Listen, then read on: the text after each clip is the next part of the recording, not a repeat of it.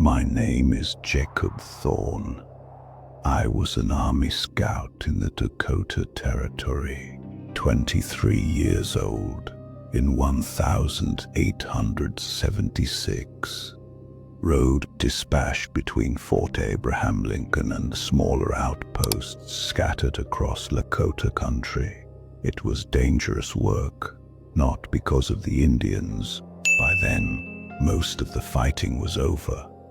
Dangerous because of the distances, the isolation, the things you would find when you finally reached your destination. I am telling you this because the army buried what happened at Fort Castellane. Official records say it was decommissioned, relocated due to supply issues.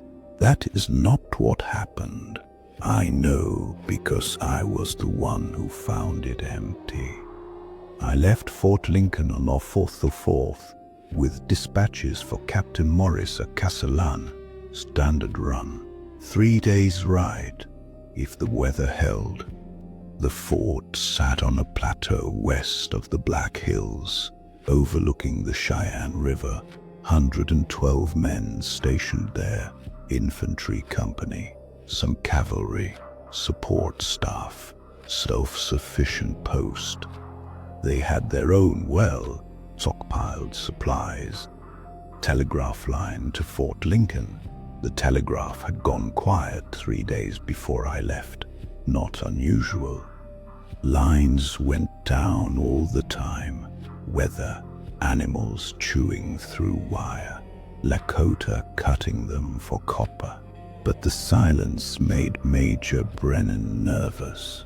He was the one who handed me the dispatch pouch. "Thorne," he said, "if something's wrong at Castellane, you ride back immediately. Do not investigate. Do not try to help. You understand?" I understood. I'd been scouting long enough to know when officers were worried about something they could not name. The ride west was quiet, too quiet maybe, but I told myself that was just nerves.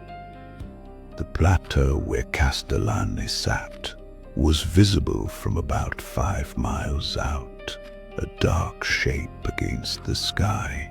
As I got closer, I started watching for the flag. Every fort flew the garrison flag during daylight hours. Protocol. I could not see it. That was the first thing that felt wrong. It was mid-afternoon, clear day. The flag should have been visible. I urged my horse faster, and that is when I noticed the second thing. No smoke. 100 men at a fort. You would see smoke from cooking fires, the smithy, heating stoves. The sky above Castellane was empty. I reached the access road around 3 o'clock. The road wound up the plateau in a series of switchbacks. Only way up, unless you wanted to climb sheer rock. I remember my horse getting nervous as we started the climb. She kept tossing her head, pulling against the reins. Animals know things. I should have listened to her. The gate was open, not broken, not forced, just open, standing wide, like someone had walked through and forgotten to close it behind them. I stopped my horse about 20 yards out and called towards the guard tower. "Hello, the fort." Nothing. No response. No movement in the tower. I called again. Still nothing. That is when I should have turned around. Major Brennan's orders were clear, but I did not. I told myself maybe everyone was sick. Maybe they were all in the infirmary. Maybe the gate guards were helping with an emergency. I came up with a dozen reasonable explanations as I rode through that open gate. The parade ground was empty, completely empty. Not a single person. But everything else was there. Rifles stacked outside the barracks, a wheelbarrow full of tools near the carpentry shop, laundry hanging on lines between buildings, fresh laundry, still damp, like someone had hung it that morning and just stopped. I dismounted, tied my horse to the hitching post. She did not like it, kept pulling, eyes rolling white. I left her there anyway. "Captain Morris," I called out. My voice echoed off the wooden buildings. "This is Scout Thorne from Fort Lincoln." The only sound was wind moving through the empty spaces. I walked across the parade ground to the command building. The door was unlocked. Inside, papers were scattered across Captain Morris's desk. His coffee cup was there, still half full. I touched it. Cold, but not ice cold. Maybe a day old, maybe less. The dispatch log was open on the desk. Last entry was dated October 12th, 2 days before I left Fort Lincoln. It said, "Perimeter check complete, all quiet. Evening mess at 1800 hours. Nothing after that, just blank pages." I checked the barracks next. Every bunk was made. Military corners, tied sheets, but personal items were scattered everywhere. Books, letters, photographs, tobacco pouches, things men do not leave behind. I found a Bible open on one bunk, a pencil lying across it like someone had been reading mid-verse and just stood up and walked away. The mess hall was worse. Tables were set for dinner. Plates, cups, utensils, food still on some of the plates, beans and hardtack. I touched one of the plates. Food was dried out, hard, maybe 2 days old. Flies had not touched it. I noticed that. Lots of flies in the room, but none on the food. I went to the infirmary next. The door was ajar. Inside, 3 cots were made up with fresh linens, medical supplies arranged neatly on shelves. But on the examination table, there was a leather strap, the kind they used to restrain patients during surgery. It was torn, not cut. Torn, like someone had pulled against it with enough force to rip the leather. There was a logbook on the surgeon's desk. I opened it. Last entry was from October 11th, evening rounds. Private Hollis complaints of insomnia. Prescribed laudanum. Private Chen with recurring headaches. Observation continues. Corporal Wade reports hearing voices at night. Referred to Captain Morris. Voices at night. I kept reading, went back through the previous weeks. September 15th. 3 more men reporting auditory disturbances. Always at night. Always from the well. September 21st. Captain Morris has ordered the well sealed. Construction delayed due to the sentence ended there. Just stopped mid-word. I closed the logbook. My hands were shaking worse now. The powder magazine was locked. Protocol, even in an emergency, you secure the explosives. But when I looked through the small window, I could see everything was in order. Barrels stacked, ammunition crates sealed, no one inside. The officer quarters were in a building near the command post. 5 rooms for 5 officers. I checked each one. Captain Morris's room was immaculate, uniform hanging on a hook, boots polished and lined up by the bed. But his desk drawer was open. Inside, I found letters, 3 of them, all addressed to his wife in Boston, all unsent. I read one, dated October 10th. Dearest Margaret, I fear I have made a terrible error in judgment. The well should have been sealed the moment Private Hayes reported what he heard, but I convinced myself it was hysteria. Mass delusion brought on by isolation and the proximity to hostile territory. I was wrong. The men are changing. I see it in their eyes. They stand at the well for hours, just standing, staring down into the dark. Yesterday I found 6 of them there at midnight.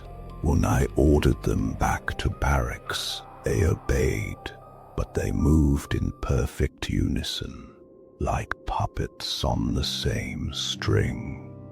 Margaret, if you receive this letter, and I do not return, please know that the letter ended there. The pen had trailed off the page, like his hand had been pulled away mid-sentence. I put the letters back, closed the drawer, tried to steady my breathing. That is when I heard it. A sound from outside, metal on stone, rhythmic, slow. I went to the window, looked out at the parade ground. Nothing, empty. But the sound continued. Clang, pause, clang, pause, coming from somewhere near the well. I left the officer quarters, walked slowly across the parade ground toward the sound. The sun was lower now, shadows stretching long across the dirt. The sound grew louder as I approached. Clang, pause, clang. I rounded the corner of the barracks and saw it, a pickaxe, leaning against the well cover, moving just slightly, like someone had set it there, and it had not quite settled yet, but no one was nearby. No wind strong enough to move it. I stopped walking, watched the pickaxe. It moved again, tilted. The metal head scraped against the stone rim of the well. Clang. Then it was still. I should mention something here, something I have not told anyone. When I was standing there, watching that pickaxe, I felt something, a pull, like someone had tied a rope around my chest and was tugging gently, drawing me toward the well, not forcing, just inviting. And part of me, God help me, part of me wanted to go, wanted to walk to that well and look down and see what was calling. I took a step forward before I realized what I was doing. Then I stopped, dug my heels in, fought against that pull. That is when I heard the whispering. Not from the well, from behind me. I turned. The barracks door was open. I knew I would. Closed it, but it was open now, and from inside came the sound of voices, multiple voices, whispering in unison. I could not make out the words, did not want to. I backed away from the barracks, from the well, from all of it. That is when I decided to check the stables. Needed to confirm the horses were all right.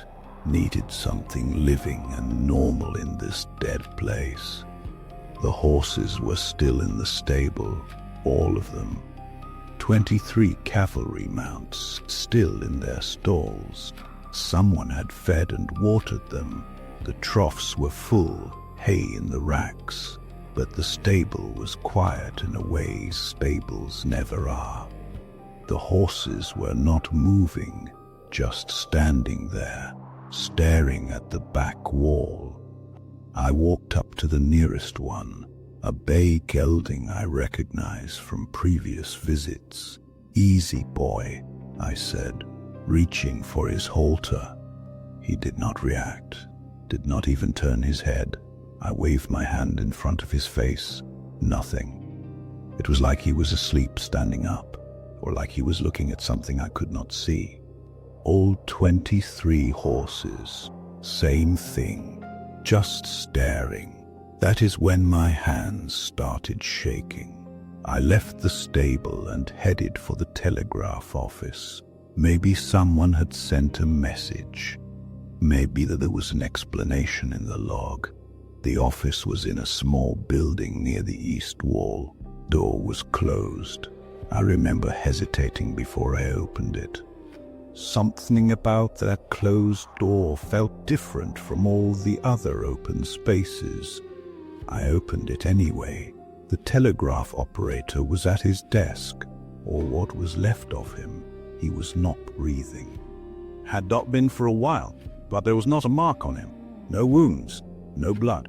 He was just sitting in his chair, hands on the telegraph key, eyes open, staring at the wall. I'm not ashamed to say I ran, got out of that office fast, stood in the parade ground, trying to catch my breath, trying to think. One body, 112 men. One body? Yeah, no. Where? I forced myself to check the rest of the fort more carefully, looked in places I would skip the first time. The root cellar, the gun racks, the water tower. Nothing. I climbed up to the guard tower. From up there, I could see the entire compound. Empty buildings, empty spaces, my horse at the hitching post, still pulling against her reins, and the well. The fort well was in the center of the parade ground, stone-lined shaft, about 40 feet deep. I had walked past it 3 times without really looking at it. But from the tower, I could see something was wrong with the cover. It was not sitting flush, like someone had opened it and not closed it properly. I climbed down from the tower, walked to the well. The wooden cover was pushed aside, just a few inches. Not enough to fall through, just enough to look wrong. I should have left then, mounted my horse, and rode straight back to Fort Lincoln. But I did not. I pulled the cover all the way open and looked down. The well was deep, dark. I could not see the bottom, but I could hear something, a sound like breathing, slow, rhythmic breathing, coming from down there. "Hello?" I called down. My voice echoed off the stone. The breathing stopped. Then, from the darkness below, a voice answered, "Come down." It was not one voice. It was many voices, speaking in unison, men's voices, young and old, all saying the same 2 words at exactly the same time. "Come down." I stepped back from the well. My boot caught on the wooden cover and I nearly fell. The voices called again, louder this time. "Come down, Jacob." They knew my name. They knew my name. I staggered back from the well. My vision was swimming. The parade ground seemed to tilt. For a moment, just a moment, I saw them, shadows rising from the well, not climbing, rising like smoke, dark shapes that moved wrong. moved like water flowing upward. Then I blinked, and they were gone. Just empty air and the open well, and my horse screaming at the hitching post. I ran, did not even untie my horse properly, just jerked the reins free and swung into the saddle. She bolted for the gate, like she would been waiting for permission to run. We were through the gate before I could think. Down the access road. The switchbacks were treacherous at speed, but she did not slow, neither did I. Halfway down the plateau, I heard it. Footsteps. Running footsteps. Behind us, on the road. I did not look back, could not. If I looked back, I knew I would see them, the men from the well, running in perfect unison, getting closer. The footsteps stopped at the base of the plateau, just stopped, like they would reach an invisible boundary they could not cross. I looked back then, just once, from the bottom of the access road. I could see the fort above me. The sun was setting behind it, turning the sky red, and I could see figures standing at the wall.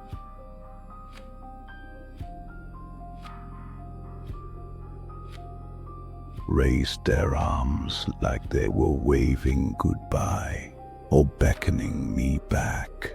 I spurred my horse and rode. I rode straight through the night, did not stop, did not rest, reached Fort Lincoln just after dawn. Major Brennan took one look at me and ordered me to the infirmary. I tried to tell him what I would found, tried to explain. He listened, did not interrupt. When I finished, he was quiet for a long time. "Thorne," he said finally, "I'm going to ask you a question. I need you to think carefully before you answer. Did you see any bodies besides the telegraph operator?" "No, sir." "Did you see any signs of violence, fighting, struggle?" "No, sir." "Did you see anything that could explain where 111 men disappeared to?" "The well, sir." "The voices in the well. Did you see anyone in the well?" I stopped, realized what he was asking. "No, sir. I did not look. I just heard." "You heard something.